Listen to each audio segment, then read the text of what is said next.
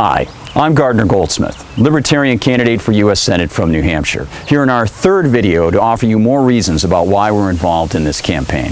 You know, earlier we told you about the concept of natural rights, the idea that you have a right to your life, liberty, and property, and supposedly government is formed to protect your rights. Now I want to discuss what happens when politicians working through government begin to infringe on your rights.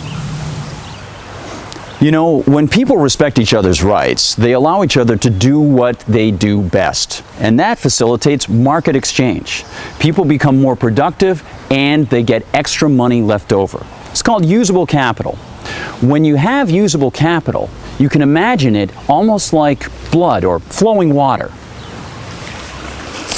Like flowing water, usable capital, when left in individual hands, flows to where it's most needed. It provides sustenance and the proper nutrients to foster a growing economy. When individuals make choices about their own money, it brings the money to the most productive place.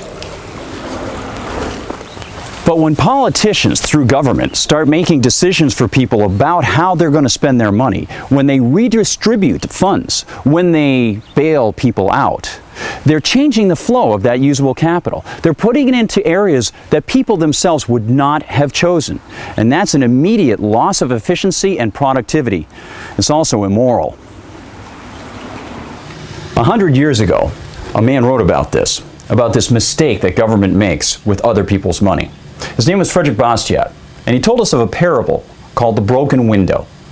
At the time, he said, many politicians were saying it was a good thing that a storm had broken somebody's window, because that would provide work for the glazier who had to replace it. But what Bastiat pointed out was all it meant was that the person who owned the house was going to have to spend money on something he wasn't going to buy originally. He would have spent it on something else. So even though the glazier is employed, it's just work that didn't need to be done in the first place, and it took money away from something that we'll never see. The fallacy of the broken window. It's happening today with politicians like Jeanne Shaheen and Scott Brown. They're breaking your windows. Join us at guard4senate.com and stop that.